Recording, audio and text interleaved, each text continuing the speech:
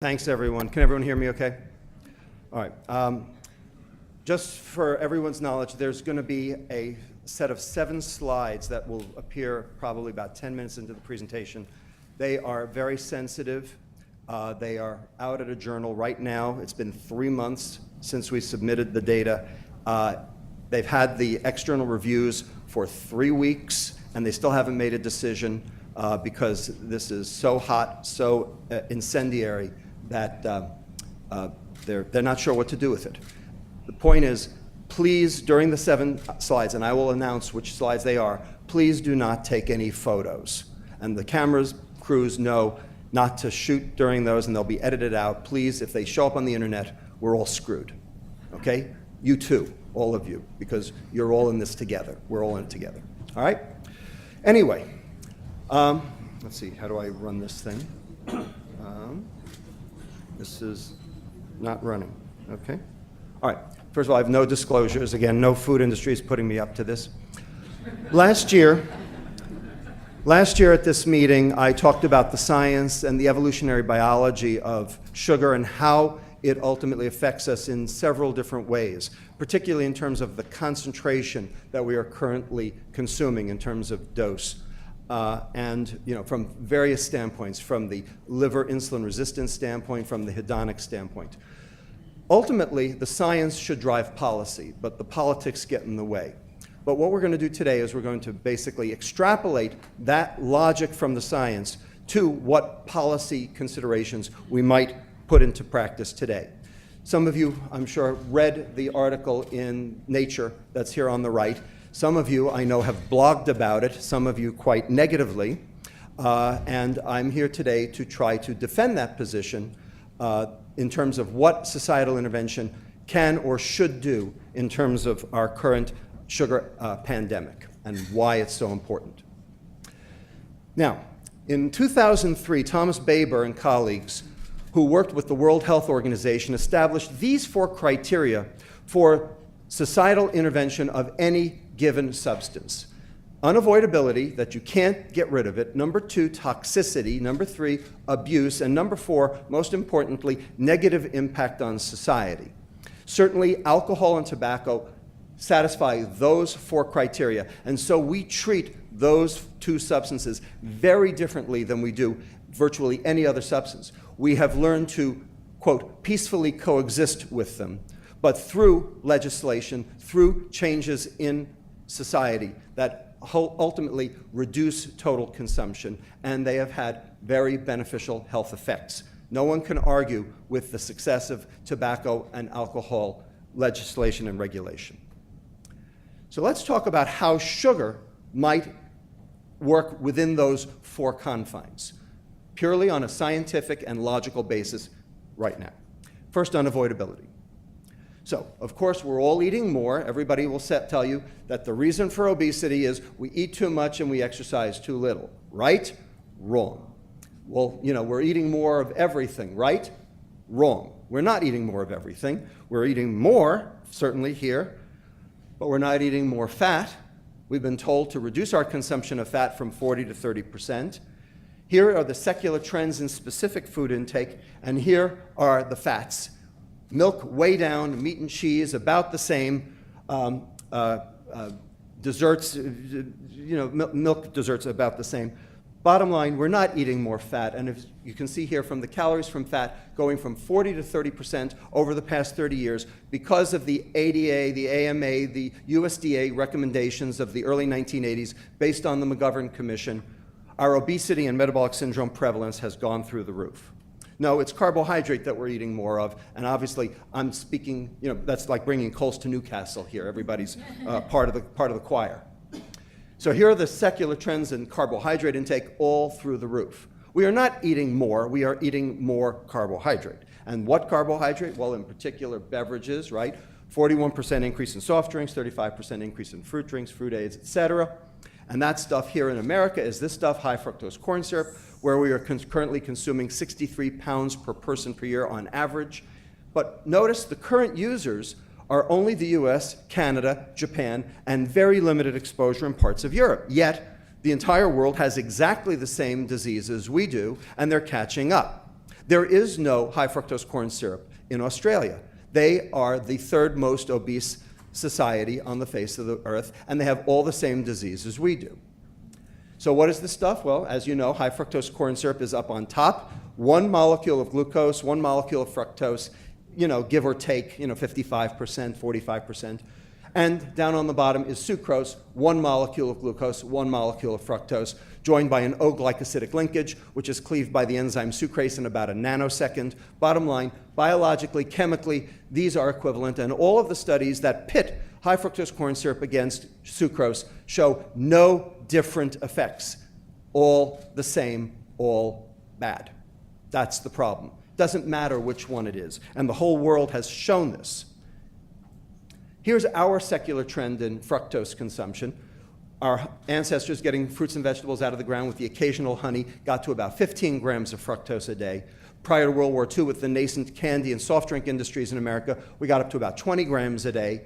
By 1977, before the glut of high fructose corn syrup in America, we got up to 37 grams a day, which was 8% of our total caloric intake. By 1994, we were up to 55 grams, or 10% of our total caloric intake. And currently, adolescents average 75 grams a day, which is 12% of total caloric intake. So double that for sugar, because it's glucose, fructose, right? So that's 25%. And 25% of adolescents today in America consume 100 grams of fructose per day. Double that for sugar, that's 200 grams. Multiply by 4.1 calories per gram. That means 840 calories a day in sugar, which is more than 40% of total caloric intake. So we are not just eating more. This is what we're eating more of. And as you know, cross-sectional and longitudinal studies correlating sugar consumption with energy intake, body weight, milk and calcium intake, adequate nutrition, all show significant negative effects in all directions. The disclaimer is that those studies that are funded by the beverages industry show much less of an effect. Wonder why.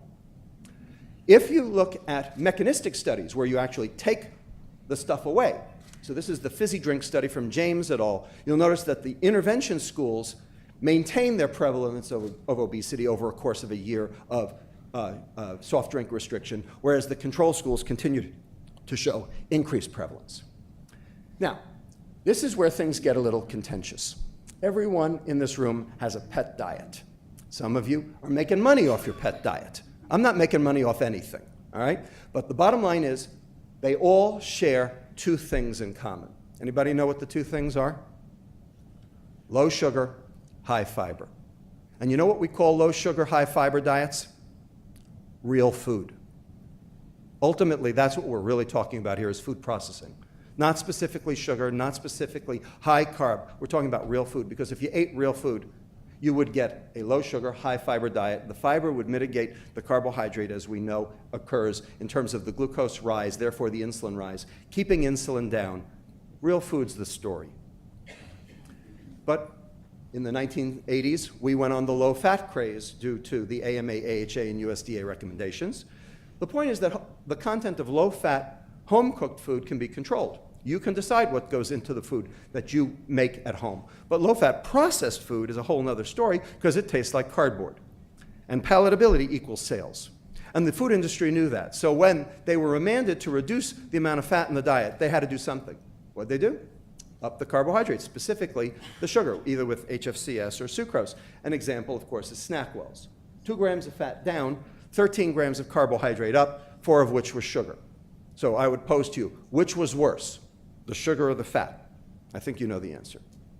Here's my daughter, when she was in 2nd grade, bringing milk cartons home from me from the San Francisco Unified School District and said, "Dad, you're not going to believe this. Over here is Berkeley Farms 1% low-fat milk, 130 calories, what is it, 14 grams of sugar, which is lactose, which is not a problem because the galactose gets converted to glucose in the liver. And here's Berkeley Farms 1% chocolate milk. 190 calories, 60 calories more, 29 grams of sugar, all high fructose corn syrup. So when you drink a glass of chocolate milk in school, that's a glass of milk plus a half a glass of orange juice. And the question is that okay? This is, again, highly contentious, but I would pose to you that evolution for foodstuffs, you have one form of energy storage or the other. for meat and for other fatty fruits, for instance, avocado, coconut, olives, you have fat. And for other things that come out of the ground, you have carbohydrate. But you don't usually have both. Only sugar, only sucrose, because the fructose gets converted to fat in the liver through de novo lipogenesis. And of course, the glucose is carbohydrate, is both. When glycogen stores are full, that's when de novo lipogenesis occurs, and that's the liver's way of exporting extra energy out of the liver so it doesn't get sick. The problem is it gets stuck. It causes liver insulin resistance and fatty liver, which you know, and that starts the cascade of hyperinsulinemia, insulin resistance, and all the diseases that we know about. And here's the big problem right here. Of the 600,000 food items sold in the US grocery store today, 80% of them are laced with added sugar, very specifically for the food industry's purposes, not for yours. And that's the issue that we're facing today, is you can't eat properly because the food industry won't let you. As far as I'm concerned, we've had our entire food supply adulterated through the addition of fructose for palatability, especially with the decrease in fat, and ostensibly as a browning agent. Well, you all know that that browning that occurs is the Maillard reaction, which is the same thing as hemoglobin A1C, and we know that's bad for you, right? Because that causes glycation of proteins, causing them to have decreased flexibility, causing cellular aging. And every time that that Maillard reaction occurs, you release a reactive oxygen species, which has to be quenched by an antioxidant. And if you're antioxidant deficient, which processed food is, you get cell death. You get human death. In addition, the removal of fiber, ostensibly for shelf life, right? And also for freezing, because you can't freeze fiber. Go home, take an orange, put it in your freezer overnight, take it out, put it out on the table and let it thaw, try to eat it, see what you get. What do you get? Mush. Why do you get mush? Because the ice crystals macerate the cell wall of the plant so that when you thaw it, all the water rushes in, turns it to mush. Food industry knows that. So what do? Squeeze it and freeze it, lasts forever, brings prices down, okay? Because there's no depreciation. So good for your pocketbook, good for the food industry, bad for your health, big time. And of course, substitution of trans fats, but we know that, so we're getting rid of those. Okay, now to toxicity, and this is where the 7 slides will come in. First of all, here are the 10 most obese states in the United States. No surprise to anybody. Here are the 10 laziest states. What's going on over there in Nevada? I guess you can only burn so much energy going like this. And now you just have to go like this, right? Okay.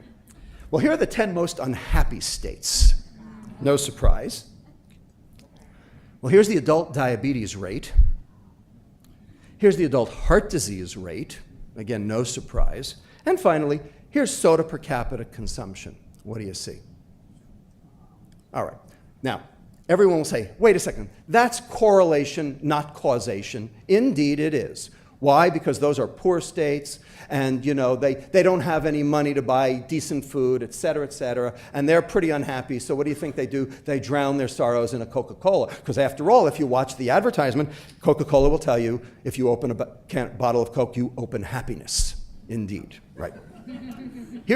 The problem is it's not just America, it's the whole world. Because here's the worldwide per capita supply of sugar. This was in the Nature article. And we know from the American Heart Association missive from 2009 that we're not to consume more than 150 to 200 calories of sugar per day for cardiovascular health. And you can see how many countries are above that threshold, virtually all of them.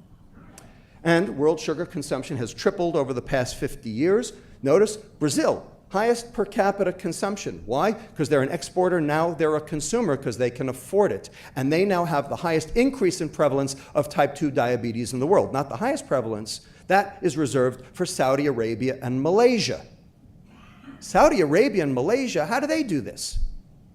No alcohol. But they got soft drinks like they're going out of style. Why? Because the water supply sucks, right? Okay, you know who does the water purification for most countries? Coca-Cola, right? Yeah. Okay, and you know if you don't have any alcohol, you got to get your pleasure somewhere. All right, here are the 7 slides. Please, everybody, turn off your iPads, iPhones, Blackberries, Crackberries, etc. Okay, what do these 5 pictures have in common? They're all brown. That's the Maillard reaction, okay? It's the non-enzymatic glycation or fructosylation, either way. It's why you put barbecue sauce on your meat. So bottom line is you can slow roast your meat for 1 hour at 375 degrees, or you can slow roast your meat at 98.6 degrees for 75 years. You get the same thing, okay? That's aging right there. And I'll show that to you because here's rib cartilage as a function of age. There's newborn rib cartilage and there's 88-year-old rib cartilage. You're all browning even as we speak, okay? Okay, and if you had an orange juice at breakfast, you're browning faster. And here's the data that shows that. This is in vitro data showing the rate of glucose binding to proteins there on the left versus fructose. And this is 7 times faster. You can see the rate there. And the number of carbonyls, which are the reactive oxygen species produced, are 100 times greater. Now, this is in vitro, but it's true in vivo as well. This is correlational data, but we actually have mechanistic data in animals showing that the grade of steatosis, the great stage of fibrosis, correlate with fructose consumption in a liver clinic in Duke. And this is grade of inflammation, grade of ballooning, same thing. So basically, your liver gets sick when you consume sugar. Now, abuse. Everybody seems to know that sugar's addictive, except, of course, the scientists. And I had a big argument with somebody at the American Society of Nutrition back in April over this same issue. Okay? The question is sugar actually addictive? Anybody see the 60 Minutes piece? It just got replayed on Sunday night. Okay, Eric Stice thinks sugar is addictive, and he's looking at fMRIs in the brain. And here's the data. This is showing dopamine D2 receptors in red in a control brain versus a cocaine brain. You can see the downregulation of D2 receptors. That's tolerance. That's the neuroimaging correlate of tolerance. And if you have tolerance plus withdrawal, you have addiction. And that's what we see in patients who try to come off sugar is they feel lousy.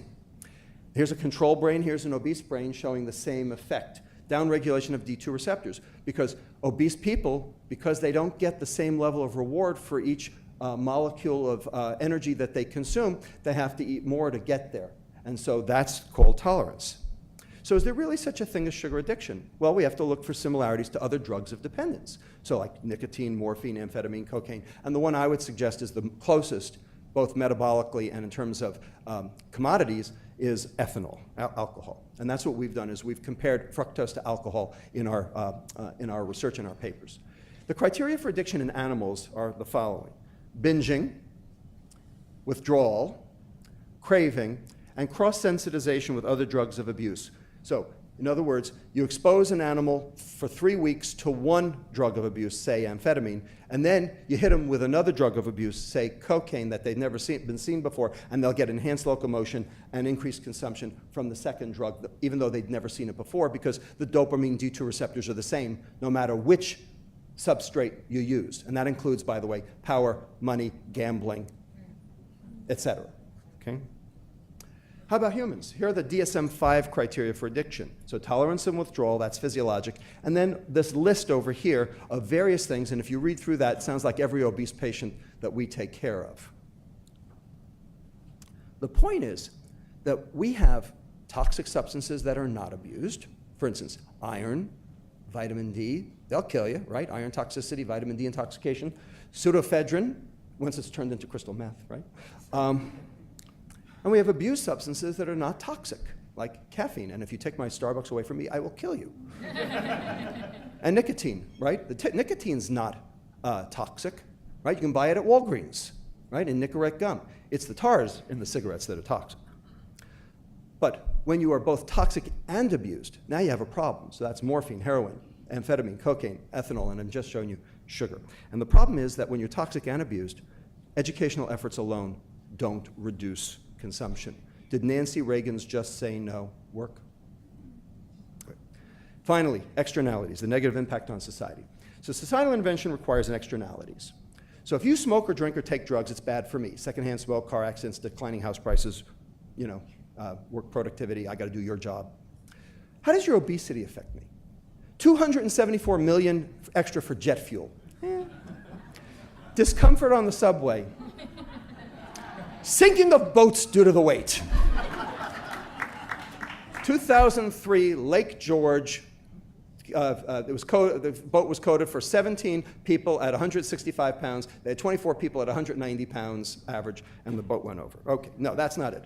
65 billion reduction in work productivity, 50% increase in absenteeism, 50% increase in health insurance premiums, 150 billion in healthcare resources wasted every year. We could balance the medical budget on that, clearly, and we could probably balance the federal budget on it.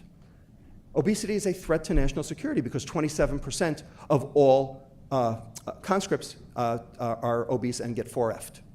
And the government pays twice. They pay for the food subsidy, and then they pay for the ER visits. Okay? And all of that affects you, whether you're obese or not. So this is a public health problem. This is not a personal responsibility problem. And finally, who's winning the war? This is the S&P 500 in blue, compared to the stock price of McDonald's, Coke, and Pepsi over the last 5 years. And there's the economic downturn of 2008. You know, they're doing very well, thank you. And here's Monsanto, Archer Daniels Midland, Hormel, General Mills, ConAgra, Procter & Gamble, and Kraft, all doing better than the S&P. How come? Because when we have less money, we eat more. Why? Because that's our pleasure, that's our reward, and ultimately, the more pleasure and the more reward, the unhappier we get. Now, there is debate among scientists. You know, there's honest debate, and that's okay, and I'm happy to have that debate. Okay, for instance, here's Luke Tappy's article saying that the science is right, but are we ready for a public health intervention? And we can have that debate. That's why I'm here. And here's Sadaf Faruqi's work from England. You know, she does leptin deficiency, saying, is the addiction model convincing? Okay, so you know, there's real honest-to-goodness debate, and I'm happy to have it. However, the American Heart Association has reversed its stance from fat to sugar being the issue, and this is the paper that we published in 2009 recommending reduction in sugar intake from 22 teaspoons a day to 9 for men and 6 for women. So here's the bottom line.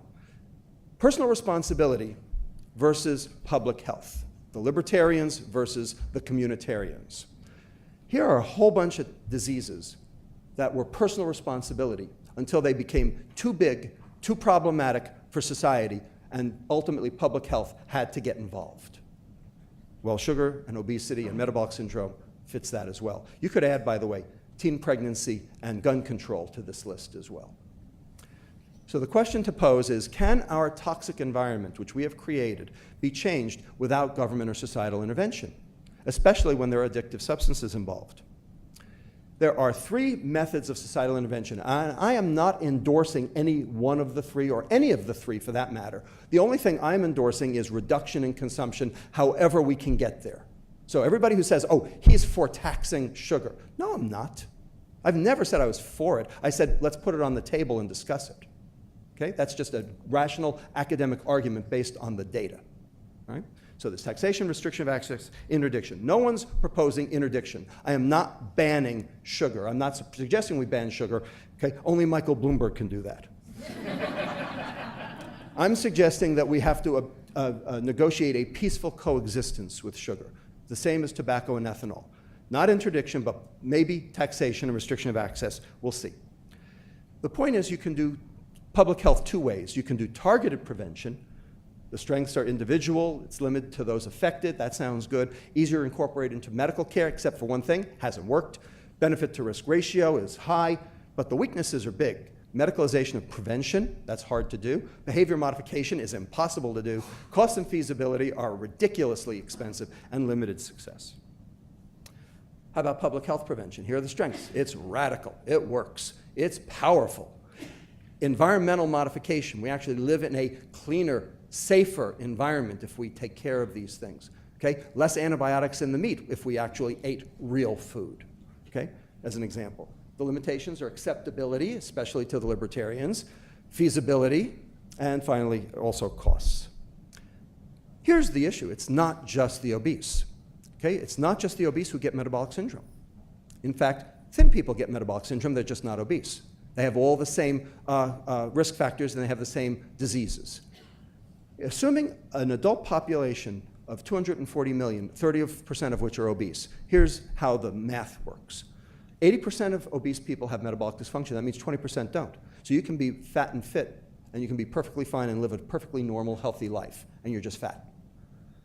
That's 0.8 times 0.3 times 240 million, that's 57 million people. But 40% of normal weight people have metabolic dysfunction, as demonstrated by their lab tests or their cardiac or diabetes events.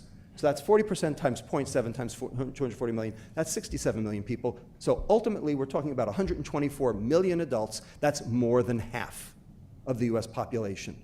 So you think you can do that with targeted prevention? Forget it. This is public health. So why is alcohol so relevant? Well, here's the corresponding phenomena for alcohol and sugar. Both are ostensibly nutrients, but aside from energy, they have no health value. Metabolic and CNS pathways are similar. Both legal substances that produce health harms when overused. Little danger from moderate consumption, but the burden of harm falls disproportionately on the low SES groups, and they're the group that can least afford the money to basically take care of their health care, and they are the ones who show up in the emergency rooms, and they are the ones who are chewing through all our health care dollars. No issue. Socioeconomic status. Now, here are the strategies that have not worked for alcohol, and there's no reason to suspect that they will work for sugar either. Government guidelines have not worked. Public information campaigns have not worked. Wording labels on product packaging have not worked. School-based education programs have not worked. And ultimately, most recently, menu labeling has not worked. I'll show you the menu labeling. So this was the historical cross-sectional study that was done in New York City when the Department of Health instituted their menu labeling plan. So they looked at lunchtime purchases at several fast food chains in 2007, 2009, before and after. The mean calories did not change.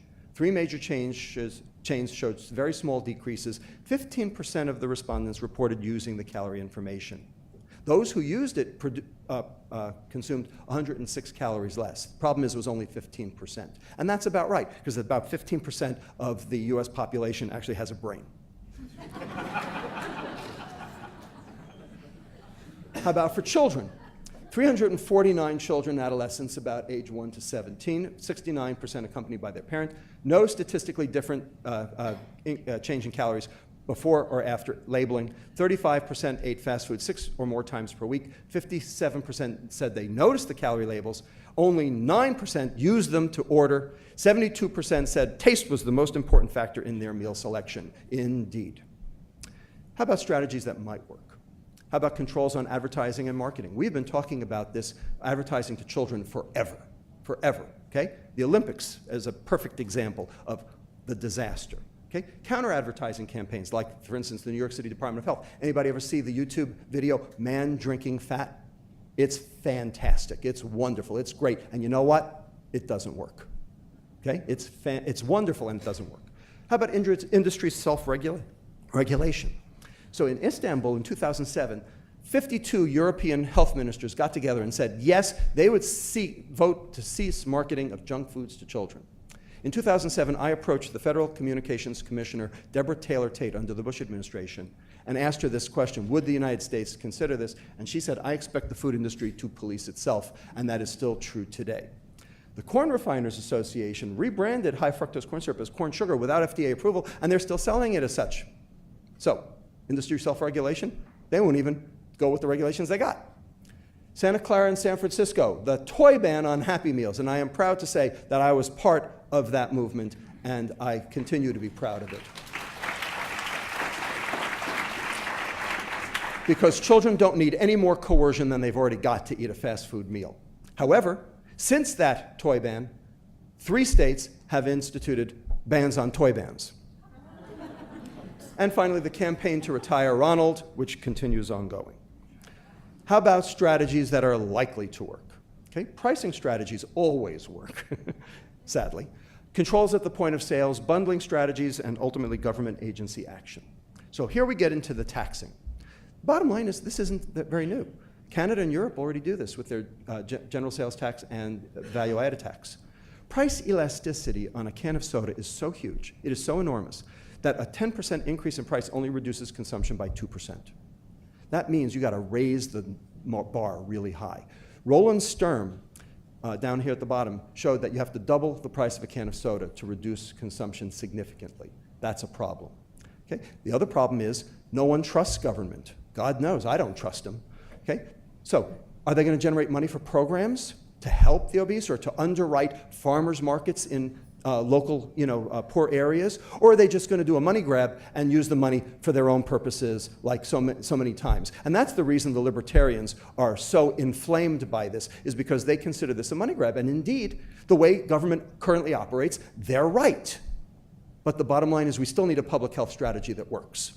So let's debate it. Let's have an argument about it that's real, rather than blogging about it in the blogosphere. This is similar to what we saw with tobacco and alcohol. There's really no difference. How about differential subsidization? Could we tax the bad food and actually underwrite the healthy food? So could we modify behavior through pricing? The answer is absolutely yes. In fact, Andreas Infelt is here. The Nordic countries have state-run liquor stores. And the price of all the alcohol is exactly the same. And they charge less for the low alcohol beer than for the high alcohol spirits, specifically to reduce alcohol-related health harms, which they have shown both in terms of cirrhosis and in terms of car accidents. So they have a policy that actually works, and I'm for them. Okay? We could discount diet soda to make that more palatable and tax regular soda to get the fructose consumption down. Now, I'm not for diet soda. None of you should be for diet soda, but you know what? It's kind of like methadone is to morphine, It's a way of getting off the stuff. You could wean it down if you had to. Ultimately, this is the bottom line, the iron law of alcohol policy. This is absolutely airtight and truly iron. Reducing the availability of alcohol will reduce alcohol consumption, thereby reducing alcohol-related health harm. Same thing would be true for sugar. Could we restrict? How about age limits on purchase and use? Like, for instance, carding kids for Coke, okay? I mean, do you want your kid to go into a convenience store after school to buy a Coke? Do you want them to do that? There's a posse of mothers in South Philadelphia who actually barricaded the entrance to the convenience store outside the school to make sure their kids didn't do that. I so applaud them. The point is, why should they have to do that? Why can't a public health directive do that? How about licensing and zoning controls on sales outlets? Okay, there are 2.5 fast food restaurants per 1,000 square meters in lower socioeconomic neighborhoods versus 1.5 in affluent neighborhoods. How about permits that control hours of operation? How about we just don't sell soda between 7 and 9 in the morning and 3 and 5 in the afternoon? Okay? Or if a parent wants their kid to have a Coke, let them go buy it for them. Okay? I guarantee you they wouldn't. In California, we have something called Sodas Out of Schools, SB 19. The last survey in 2010 showed that school obesity rates were stable. We think this may be why. And ultimately, Michael Bloomberg's Big Gulp ban. Whatever you want to say about it, nobody needs a 32-ounce Big Gulp. Okay? Hydration, screw you. But the problem is, if you just do it in schools, it's a problem, because here we're looking at purchasing in the center, okay? And we're looking at 5th grade and 8th grade banning soda only or all sugar beverages. If you ban soda, you still have just as much consumption because you get it at home. So doing something in schools isn't enough. We have to do it across the board. Another reason for public health intervention. And finally, government agency and action. Now, there's no way in the world Congress is going to regulate the food industry, because they're bought off, because 6% of our exports are food. $56 billion riding on this. And if we tell the whole world, you know what, the Western diet, it ain't really so good for you, what do you think would happen? What happened when that one downer cow went from Canada to Washington State back in 2003? That was the end of meat sales to Britain and South Korea for 2 years. Bottom line, the USDA's job is to protect the food supply. And that includes protecting it from people like me and people like you. That's a problem. Why can't the Farm Bill subsidize real food instead of food ingredients? It could.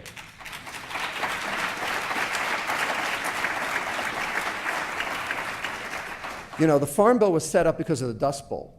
Okay, so we needed commodities. Commodities means storable food, food that wouldn't go bad. Okay, like Joseph and Pharaoh. Okay, the 7 years of famine, right? They stored grain because you can store grain. Bottom line is we could store real food now because we have the technology to do it. Okay, we choose not to, but we need to. The USDA does not have a dietary reference intake for sugar. Why not? Because they don't want you to know that you need to limit your sugar consumption. And finally, food stamps. Bloomberg tried to get food stamps off the USDA list, right? He was rebuffed, right? Several states have since applied. Why is the USDA in charge anyway? That's like the fox in charge of the henhouse. Do they have anything to do with our health?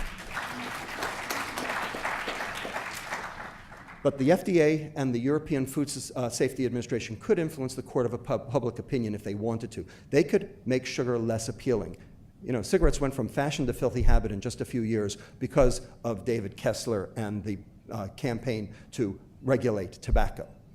The FDA could revisit the Nutrition Labeling and Education Act. Instead of total contents, we could reflect the degree of processing of the food, because all food is really inherently good. It's what we do to the food that's a problem, what we put in or what we take out, like sugar and fiber. What was added, what was taken away. And finally, we could revisit the 1986 disposition on sugar, which said that the data on sugar at the time was, quote, inconclusive, unquote. Well, it ain't inconclusive anymore, okay? But the FDA has no desire or interest to do this because the food industry runs the FDA. There are plenty of problems with that 1986 document. They were all based on 1978 surveys. Consumption of all sugars at that time was 53 grams. Now the 90th percentile is 104 grams. There was no data on excessive consumption, no data on HFCS, and fruit juice was thrown in with fruit, not added sugars. That's a problem, okay? Fiber was just a waste product. And the current White House and FDA are not interested. Well, guess what? If the Republicans get in, they'll be less interested. This is the slide I'm going to leave you with. This was from an Indian public health forum called the Hyderabad Statement 2009. All significant advances in population health require and involve the use of law. Indeed. The legislative and executive branches of government are co-opted. The judicial branch has no horse in the race. And that's how the Mississippi State Attorney General was able to influence tobacco, was through litigation. Now, I'm not for litigation per se, but I am for societal intervention, because there's no other way to solve this problem. And you know what? As an endocrinologist taking care of fat kids, we have to solve this problem, because that's our future, and we are going down the friggin' tubes, and you all know it. For further reading, whole bunches of articles here. I can post, you'll get this on the web. Okay, here are some more you know about, okay? And in 2013, you will see this book out on Amazon and everywhere else, Fat Chance, Beating the Odds Against Sugar, Processed Food, Obesity, and Disease.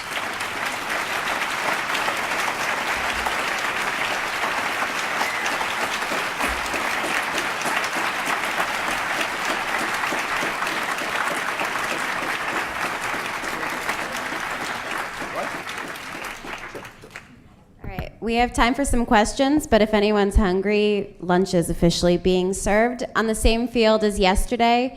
And we also have some indoor space because we were worried that it would rain. And yes, it's gluten-free. We're having local grass-fed burgers. So enjoy.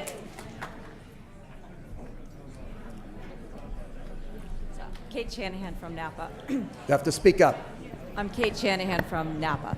And I wanted to say thank you very much for your laser-like presentation. I don't want to get on your bad side, ever. But so I'm going to ask my question, then I'm probably going to have to run. Because no, that's all right. I would actually ask you, sincerely, as a human being, to consider maybe rethinking and working with the libertarians, because I do believe you, with your power and influence, could gain traction with an organization like that. And what they're saying actually is in total agreement with your last slide, where you were saying government regulation is kind of what got us into this Coca-Cola creates the food pyramid structure. Right. The problem, here's the problem. The libertarians are anti-government, and they have good reason to be, because government has behaved badly. No argument. The problem is we can't solve this at an individual level. We need government for this kind of mass change. Or we the need problem to get is you government can't. out of the way. The problem is you can't expect government to do the right thing. You have to coerce them into doing the right thing, and that's what everyone in this room is about. That's what you're about. That's what I'm about, and that's what we need to do. But the libertarians would say, no, we just need to exclude government. No, we need to include them, and we need to get them on our side, and there are ways to do it. Well, good luck to you. Thank you so much. Hi, is this Please. great talk. Just wanted to ask, in your study, was there an effect of cereals on diabetes No, none. at all? And No if, effect of cereals whatsoever. and if not, Why not, given their comparable glycemic index? We did not do it by glycemic index because that data is not available, within the Food and Agriculture Organization statistics database. We don't have that data. We did do pulses, nuts, roots, vegetables, and tubers, which would have a low glycemic load because it's high fiber, right? And that did not have any effect either. And I was actually surprised. I figured that would actually be protective. Turned out not to be in the model. And I was kind of shocked, but it did not have an effect. But we can't do glycemic index with these kind of data. And Maybe that's for the future. Were you surprised by the cereal results or lack of? No, I wasn't. No, I really wasn't, because glucose is about insulin secretion, okay? But diabetes is about insulin resistance. And insulin resistance is the big issue in type 2 diabetes. And sugar is the thing that really drives that, contrary to what my argument with Dr. Feynman might be. Yeah. My question is, do you personally eat sugar? No. And how many grams per day? I is have that? dessert 2 times a year. When I'm in New York, I have a piece of Junior's cheesecake. And when I'm in New Orleans, I have bread pudding with whiskey sauce, and that's it. Do you eat fruit? What? Do you eat fruit? I'm not a big fruit lover. I've just never been from when I was even a little kid. It's not my thing. I eat some berries. I'll eat strawberries, blueberries, but I'm not a big, like apples, peach lover, just tasting. Yes, you said that sugar explains 25% of the increase in diabetes. Did you analyze the other 75%, or do you have any insight into that? No, we have or no is it insight into unexplained? that. No, So it's at this point, we have no insight into that. Just completely unexplained. There's a lot of genetics involved. There's other things. I can't tell you at this point, but 25% is pretty darn good. Thank you. Paul Jaminet actually wrote a blog post a while back about what really affects glycemic index. And I know it's not as big a focus here, but I was going to ask, but the point he made actually was that fat is what lowers GI the most versus fiber. Right, well, in part because of absorption, Sure. absorption changes with fat. But do you ever promote that or talk about that? I am for getting insulin down any way you can. Okay, my clinic, for instance, the weight assessment for teen and child health clinic at UCSF, that is our overriding goal. We don't have a multidisciplinary clinic, we have an interdisciplinary clinic because everyone has bought into the same ultimate issue, which is insulin's the problem, get the insulin down. And everyone at this meeting has been saying that, as far as I can tell, since I got here, and there's a thing going on over there in insulin signaling policy at the same time, kind of pain in the butt, because I would have liked to have been there. But everyone agrees insulin's the bad guy. And we know why insulin's the bad guy, because it causes energy storage and it also causes cell proliferation, okay? Both of which are bad. So getting insulin down is the answer.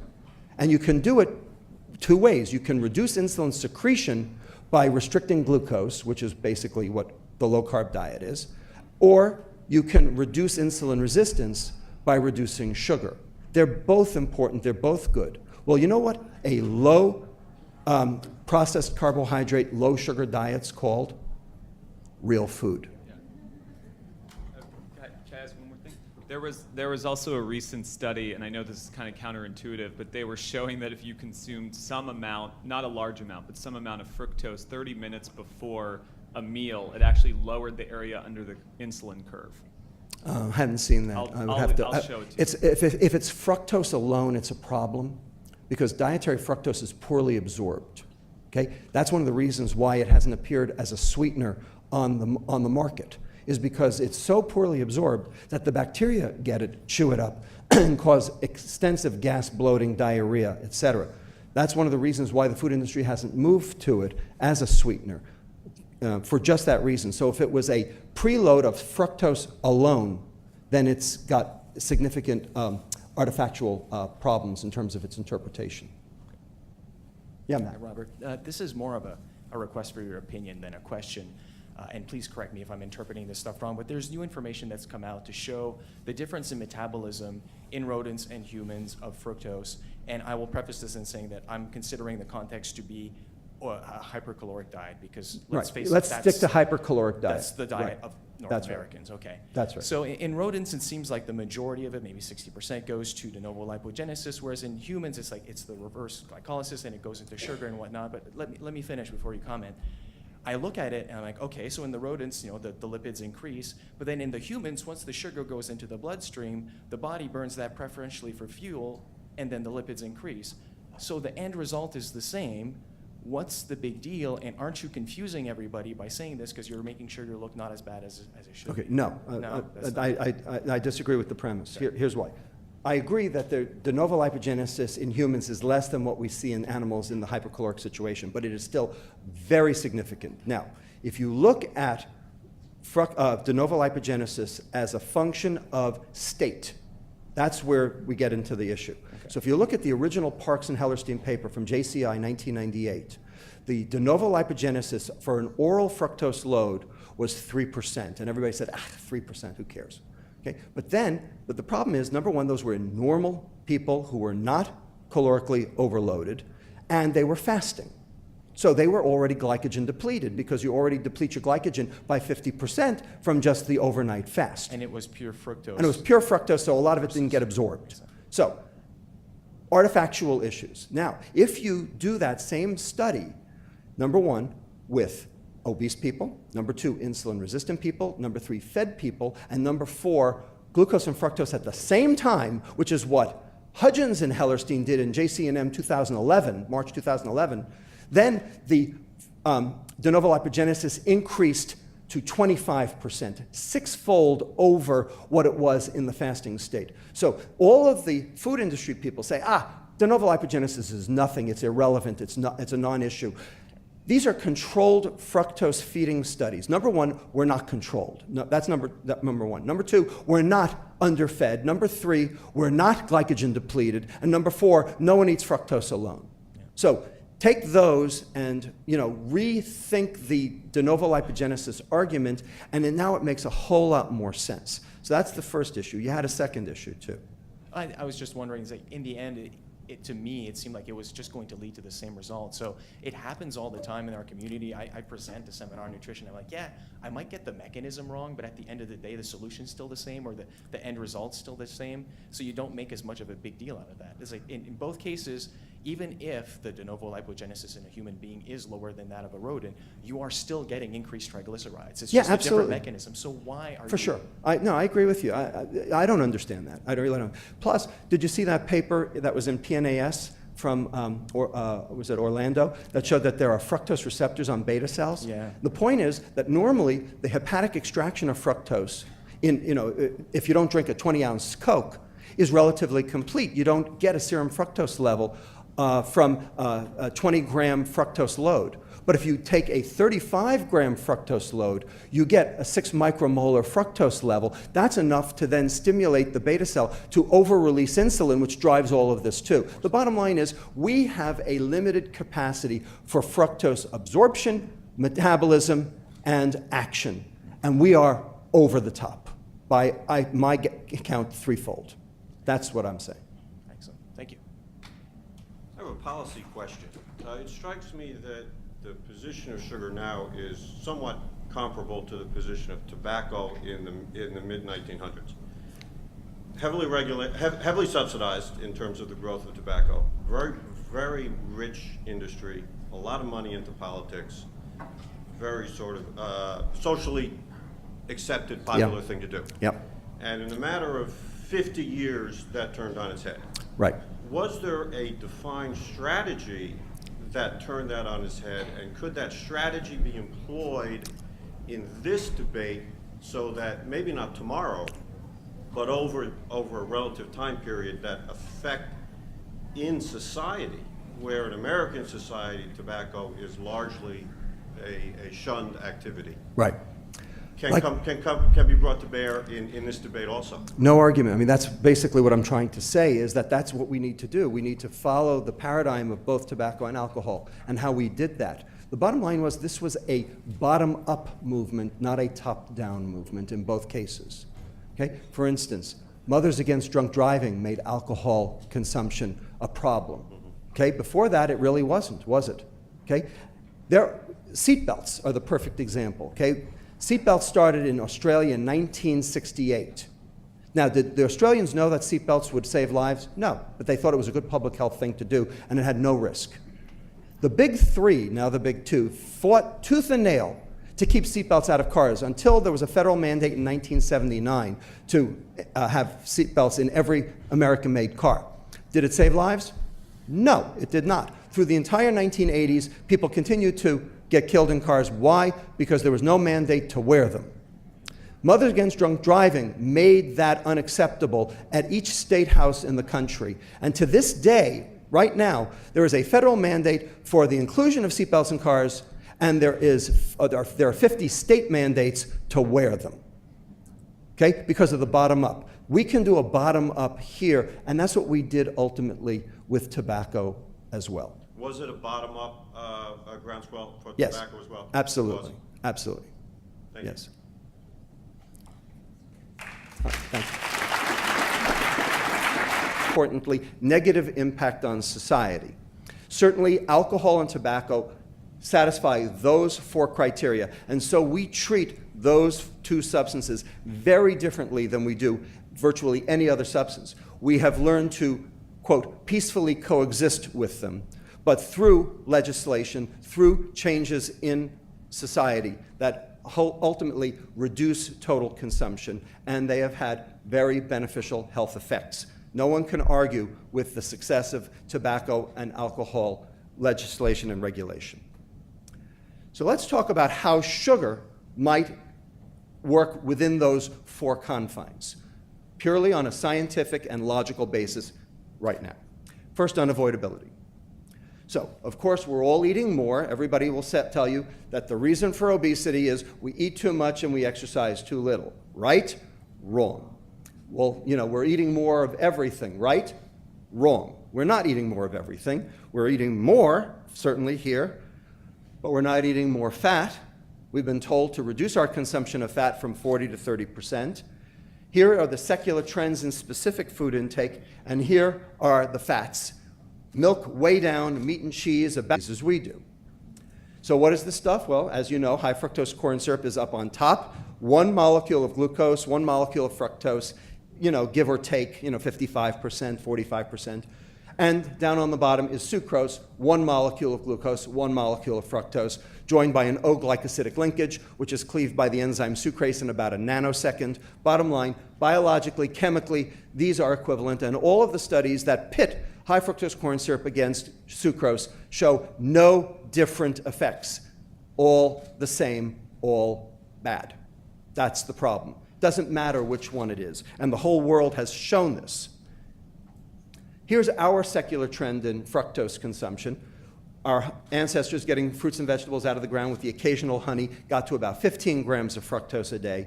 Prior to World War II, with the nascent candy and soft drink industries in America, we got up to about 20 grams a day. By 1977, before the glut of high fructose corn syrup in America, we got up to 37 grams a day, which was 8% of our total caloric intake. By 1994, we were up to 55 grams, or 10% of our total caloric intake. And currently, adolescents average 75 grams a day, which is 12% of total caloric intake. So double that for sugar, because it's glucose, fructose, right? So that's 25. This meeting, I talked about the science and the evolutionary biology of sugar and how it ultimately affects us in several different ways, particularly in terms of the concentration that we are currently consuming in terms of dose. And you know, from various standpoints, from the liver insulin resistance standpoint, from the hedonic standpoint. Ultimately, the science should drive policy, but the politics get in the way.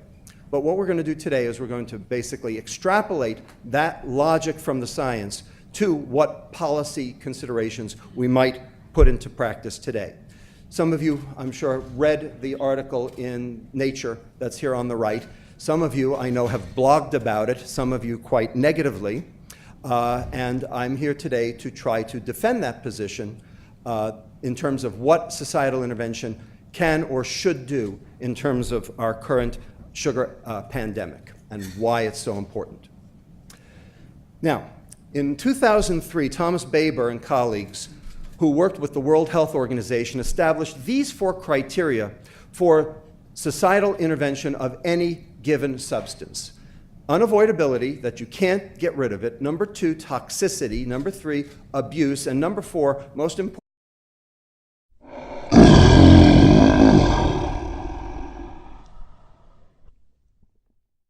Thanks, everyone. Can everyone hear me okay? All right. Just for everyone's knowledge, there's going to be a set of 7 slides that will appear probably about 10 minutes into the presentation. They are very sensitive. They are out at a journal right now. It's been 3 months since we submitted the data. They've had the external reviews for 3 weeks, and they still haven't made a decision because this is so hot, so incendiary that they're not sure what to do with it. The point is, please, during the 7 slides, and I will announce which slides they are, please do not take any photos. And the cameras crews know not to shoot during those, and they'll be edited out. Please, if they show up on the internet, we're all screwed. Okay? You too, all of you, because you're all in this together. We're all in it together. All right? Anyway, let's see, how do I run this thing? This is not running. Okay? All right. First of all, I have no disclosures. Again, no food industry is putting me up to this. Last year at this, about the same desserts, milk desserts about the same. Bottom line, we're not eating more fat, and if you can see here from the calories from fat going from 40 to 30% over the past 30 years because of the ADA, the AMA, the USDA recommendations of the early 1980s based on the McGovern Commission, our obesity and metabolic syndrome prevalence has gone through the roof. No, it's carbohydrate that we're eating more of, and obviously I'm speaking, that's like bringing coals to Newcastle here. Everybody's part of the choir. So here are the secular trends in carbohydrate intake all through the roof. We are not eating more, we are eating more carbohydrate. And what carbohydrate? Well, in particular, beverages, right? 41% increase in soft drinks, 35% increase in fruit drinks, fruit aids, etc. And that stuff here in America is this stuff, high fructose corn syrup, where we are currently consuming 63 pounds per person per year on average. But notice the current users are only the US, Canada, Japan, and very limited exposure in parts of Europe. Yet, the entire world has exactly the same diseases we do, and they're catching up. There is no high fructose corn syrup in Australia. They are the 3rd most obese society on the face of the earth, and they have all the same disease.